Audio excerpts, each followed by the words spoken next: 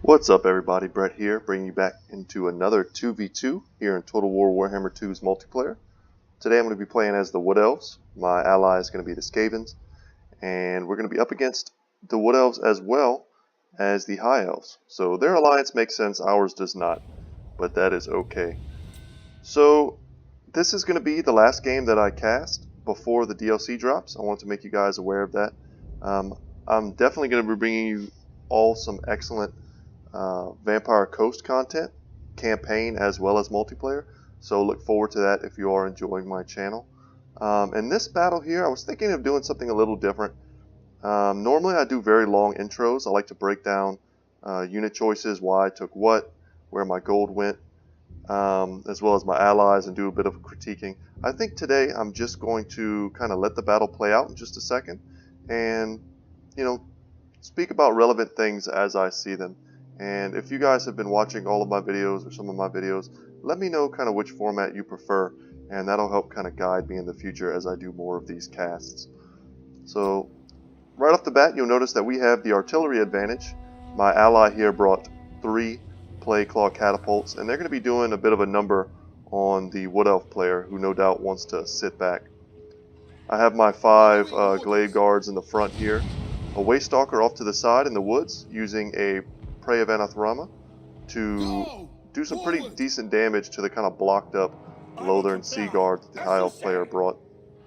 I had 2 Sisters of Thorn, Vanguard deployed, and right as the battle started, I noticed that they were instantly going to be engaged upon by these Dryads as well as these Deepwood Scouts.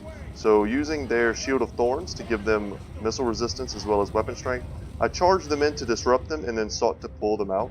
Now, I knew that I was kind of screwed, to be honest.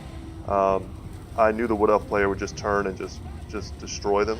But I was really relying on their innate physical resistance, which I think is 40%, plus the thorns to save them from some of this missile damage.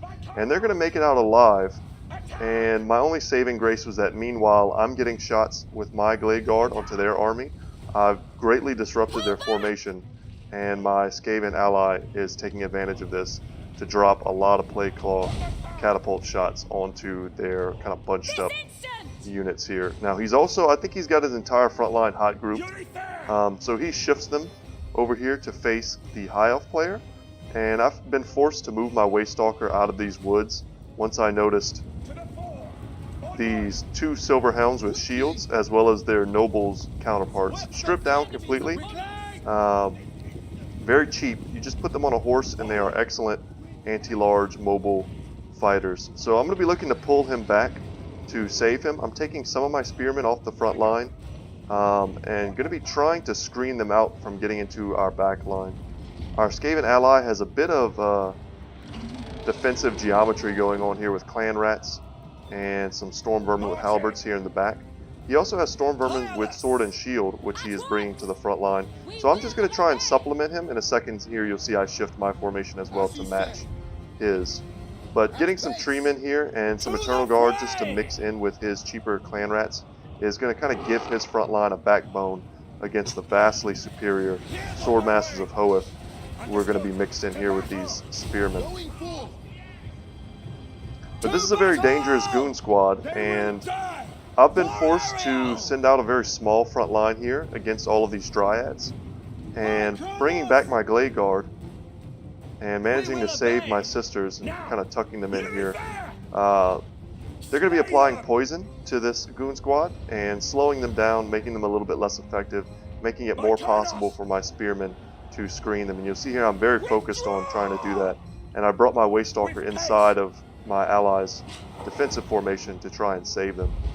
This is a standard prince here on a Sun Dragon, so his breath attack is going to be better, I believe, against blobs of infantry, I think is the case. But you'll see there, it dumpstered this Plague Claw catapult, forced him off, and destroyed one model. I'm going to be bringing my sisters here to stand behind the front line to apply that poison and to use some of their buffs. My Glade Lord is just busy shooting, getting some damage in. I also have a Branch Wraith stripped down completely with just Earth Blood. So I've gotten a lot of pretty decent Earth Bloods here. Unfortunately, I was not quick enough. Well, my spearmen were not quick enough to catch up to these silver helms. Excellent micro here from the high elf player, getting them in and amongst my Glade Guard. Now you'll notice I had them somewhat bunched together. Normally I would seek to spread them out very well to prevent any one attack from getting into all of my units. But they seemed very safe here in this pocket, and I wasn't concerned about any mobility on the front of the Wood Elf side. But them coming all the way up and around, making it past my, my ally's very stoic formation. Now I was hoping, I was kind of signaling for him to help me. My 2 spearmen were not enough to help screen. Had he detached some of these clan rat spears and aided me, we almost certainly could have stopped them from running through my archers there. Nice plague there from Skrolk. Skrolk is the Lord choice for our Skaven ally. He also took an assassin with all of his abilities, so he's a pretty scary duelist here. They have that physical resistance to represent their kind of ninjutsu training from Clan Eshin. And Lord Skrolk has a ton of his abilities as well, and he's going to make good use of his spells. He's going to get a Pestilent Breath here. I think he hasn't done it yet, but I think he's going to get it in a minute right down this juicy line. So some of my units are routed and rallied, and I don't usually forget about units for very long, so there we go. So I managed to pull them back. My ally at some point here should be helping me to screen out all of this cav. I'm still chasing. I'm trying to get my hero to block. The slingers haven't really had a target as of yet. They still have most of their ammunition. They can be very good if you can get them up in the face of the lightly armored Glade Guard. Pretty scary ball of Dryads here from our opponent, and he's also rocking a Tree Man. Luckily for me, I did bring 2 Glade Guard with Starfire shafts rather, and they do flaming damage on their missile attacks, and that's going to be very good at helping to take down this Tree Man, who is vulnerable to fire damage. Using my Treekin to kind of bolster the front line. So we've got multiple fronts here. Earthblood's going off from my Branch Wraith. We were able to pin one of these nobles in place. So just tons of clan rats getting healed, and my Eternal Guard with their anti-large bonuses are going to be able to do a lot of damage to this noble. For the most part, this Wood Elf player has retreated into the trees. They do have 2 units of Wildwood Rangers, which are pretty scary when placed in and amongst the trees. They're the elite armor-piercing infantry of the Wood Elves. You don't get to see them a lot because they're perhaps a bit overpriced. We were able to win this entire front line here. You'll see most of the High Elf forces have been forced back. They will die. Another good plague here going off from Lord Scrope. It's going to get both of these units, and you'll see here I also get the Curse of Onrare from my Sisters of Thorn, specifically to slow them so that they would be less able to get out of this plague. So a bit of synergy from us there. It wasn't planned. We weren't in communication with each other except for me drawing lots of arrows on the battlefield. Something surprising to me is, whereas I stripped down my Glade Lord, even so much as leaving him on foot, my opponent took him on a mount, which I like, make him very mobile. But he also has, let's go ahead and slow it down just so I can show you guys. Hopefully I'll be able to click on him and show you.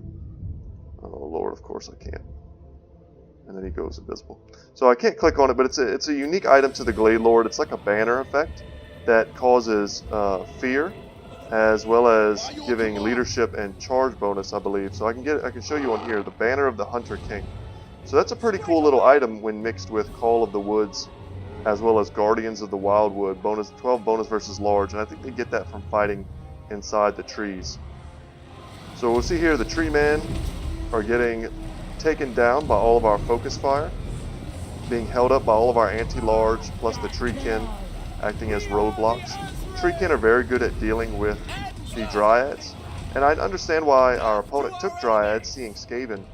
Dryads have physical resistance, they cause fear, they're immune to psychology themselves, and their magical damage gets through any of the physical resistance of, let's say, Plague Monks, but they have higher DPS than, let's say, the Eternal Guards that I brought.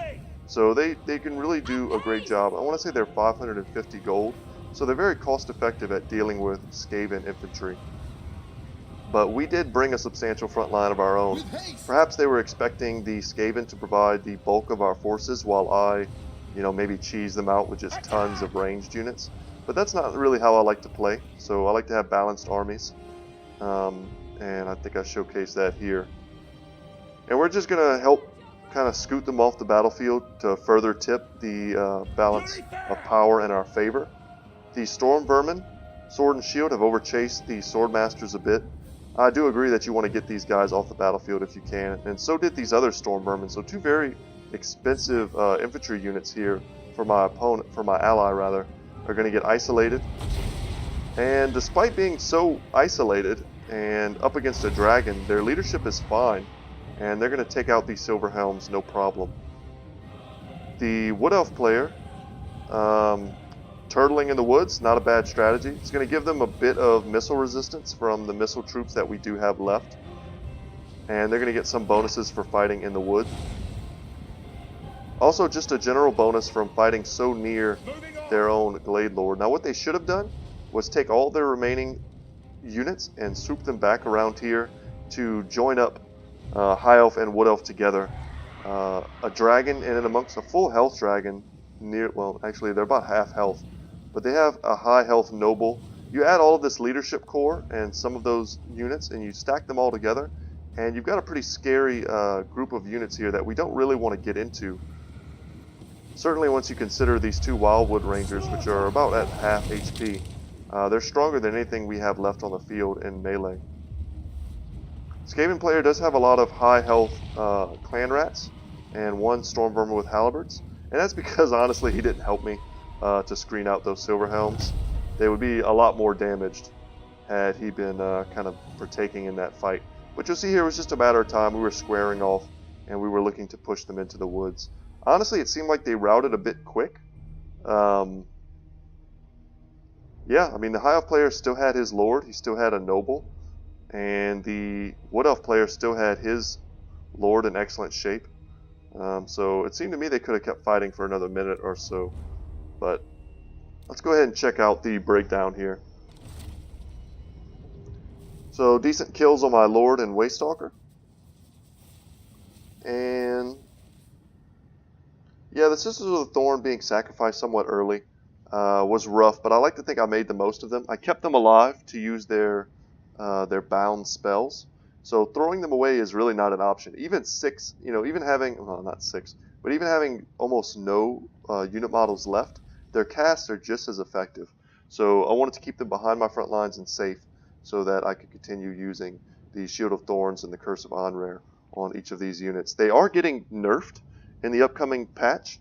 So I did a patch note video yesterday, and man, I nearly lost my voice in that one. But there was so much reading to do.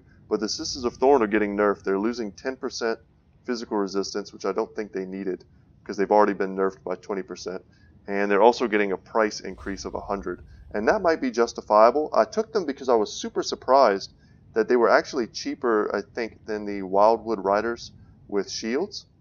So yeah, I was happy to have them. In any other game, I think I would have gotten a lot more value from them. But let's take a look at our Skaven ally, and they were able to get good damage off with these catapults. And just in general, Lord Skrolk had a lot of very good casts. That game, he did a ton of damage. Even if he didn't get a ton of kills, he found nice blobs of Wood Elf units, and he was able to kill them. Nice kills on the dragon there, no doubt thanks to a lot of their breath attacks. And any of these numbers you see that are super high, like the Swordmasters here, is probably because they were fighting clan rats or even slaves. So, excellent micro from the High Elf player, Phantom UK. Did a good job of getting in and amongst my units and shutting down my ranged play. And the other Wood Elf player here I thought did very well also, using the forest to their advantage. Perhaps stripping down, some chevrons here, an ability or two here, and even being able to afford maybe even one or two more units, perhaps two unshielded Eternal Guard. Just having that extra width in the army, I usually believe is more valuable than taking, random like banners. Like the banner effects, while cool, if you had unlimited gold, you certainly would want those effects. But causing fear when you already have a unit like the Treeman and all of these Dryads, which already do cause fear, was perhaps a bit redundant. And it's very rare that you're going to be charging with the Wood Elves. So the charge bonus then is a bit negated, and their leadership is already high. So, I mean, is the leadership really necessary? So you start adding these things up and you start figuring it in, and you could certainly save a lot of gold and add a lot more units. But otherwise, I thought they were very decent builds, knowing what they were going to be facing. And yeah, so that's going to be it, guys. So look for my videos upcoming with the Vampire Coast. I hope you guys enjoyed this cast. I'm looking to get more subscribers, so if you haven't subscribed already but you like the video, please go ahead and subscribe, and let me know in the comment section who you are so I can tell you thank you in person, in the comments, as much as a comment section is telling someone something in person. But anyway, guys, without any further ado, thank you so much for watching, and I will see you in the next one.